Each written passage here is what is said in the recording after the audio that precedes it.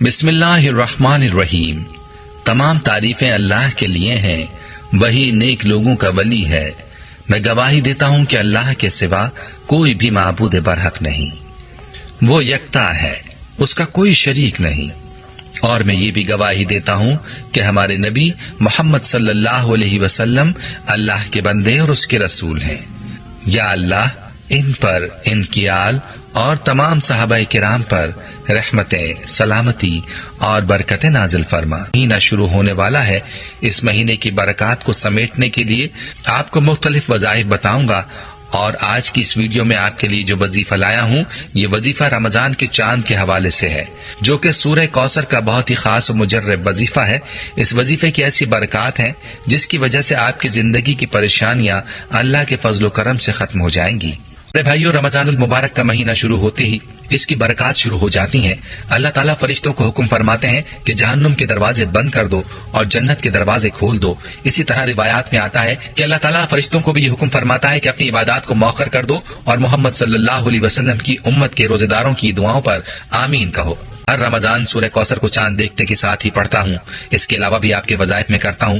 میں 100% یہ بات آزما چکا ہوں کہ اگر آپ کوئی چیز رکھ کر بھول گئے ہیں یا آپ کو کوئی چیز جس کے بارے میں شک ہو کہ پتہ نہیں کہاں گئی، اگر کوئی مصیبت، مشکل، پریشانی ہو تو درود تنجینا کو 1000 مرتبہ پڑھنے سے وہ مشکل، وہ پریشانی ہو، اللہ پاک اس کو پڑھتے کے ساتھ ہی ہر پریشانی اور مشکل کو آسان فرما دیتے ہیں۔ الحمدللہ اس عمل کی وجہ سے اللہ نے مجھے رزق سے مالا مال کر دیا، کاروبار میں اضافہ ہوا، ہزاروں پریشانیاں اللہ نے دور کی۔ پیارے بھائی اور میری بہنوں، آپ نے ملاحظہ فرمایا کہ اس وظیفے کی کیسی برکات ہیں اور اس کی کیسے کرشمات ہیں۔ بہت ہی پاورفل وظیفہ ہے۔ اس وظیفے کو آپ نے رمضان کا چاند دیکھ کر لازمی کر لینا ہے۔ جیسے ہی چاند نظر آئے تو آپ نے اس وظیفے کو کر لینا ہے۔ اس وظیفے کے لیے آپ کے پاس پوری رات موجود ہے۔ ضروری نہیں کہ چاند دیکھتے کے ساتھ ہی وظیفے کو کر لیا جائے، چاند دکھائی دینے کے بعد آپ پوری رات میں کسی بھی وقت اس عمل کو کر سکتے ہیں، لیکن بہتر یہی ہے کہ اس عمل کو آپ مغرب کی نماز کے بعد کر لیں، اور اگر نماز سے پہلے بھی کرنا چاہیں تو عمل زیادہ لمبا نہیں ہے، آپ کر سکتے ہیں۔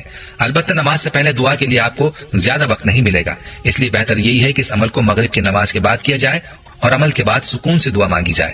اصل میں دعا کو عبادت کا مغز کہا گیا ہے، لیکن افسوس کہ آج کے مسلمان کے پاس دعا مانگنے کے لیے وقت ہی نہیں ہے۔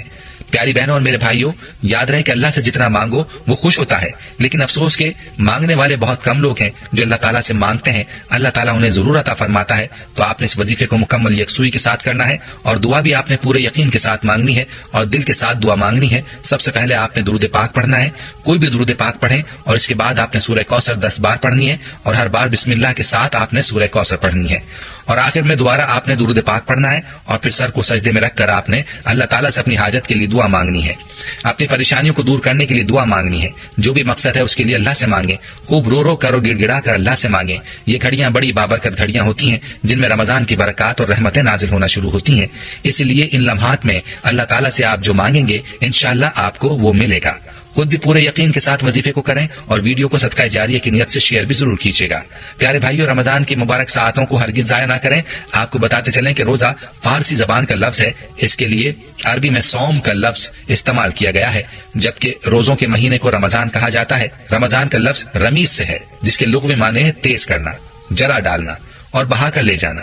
رمضان المبارک میں بے پناہ اجر و ثواب کی بنا پر ہی اس ماہ مبارک میں عبادت کے لیے مشقت کرنا اور تھکاوٹ کا شکار ہو جانا مسنون عمل ہے۔ خدائے بزرگ و برتر نے اس کو نیکیوں کا موسم بہار قرار دیا ہے، اور نیکی کے لیے بہت سی سہولیات کے ساتھ نیکی کا اجر 70 گنا تک بڑھا دیا ہے۔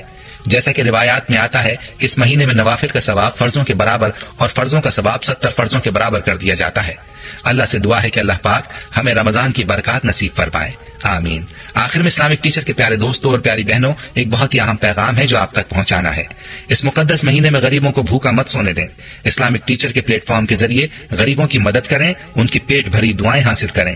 آپ کے سامنے ہمارا بینک اکاؤنٹ نمبر درج ہے۔ اس مبارک مہینے میں آپ زکوٰۃ، صدقات اور عطیات زیادہ سے زیادہ اسلامک ٹیچر فاؤنڈیشن کو دے کر بیمار، بے سہارا، یتیموں اور مصیبت زدہ لوگوں کی مدد کر کے ثواب دارین حاصل کریں۔